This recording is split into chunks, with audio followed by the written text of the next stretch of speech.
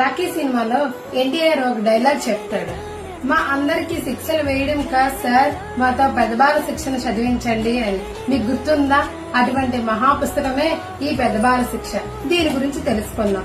ఈ పెద్దబాల శిక్ష బ్రిటిష్ వారి కాలం నుండే ఉంది. అప్పట్లో కొంతమంది పెద్దవాళ్లు డబ్బును అడ్డంగా సంపాదించడానికి తప్పుడు లెక్కలను చూపించేవారు.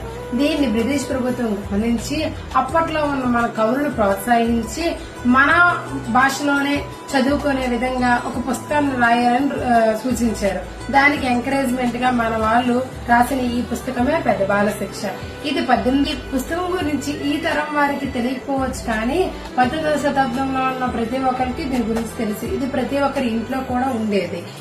మన తెలుగు రాష్ట్రంలో తప్ప మరి ఏ రాష్ట్రంలో గాని ఏ ఇతర భాషల్లో గాని ఈ గ్రంథం లేదు. మన నిత్యావసరాలకు సరిపడా ఆ పరిజ్ఞానం అంతా ఇందులో ఉంది.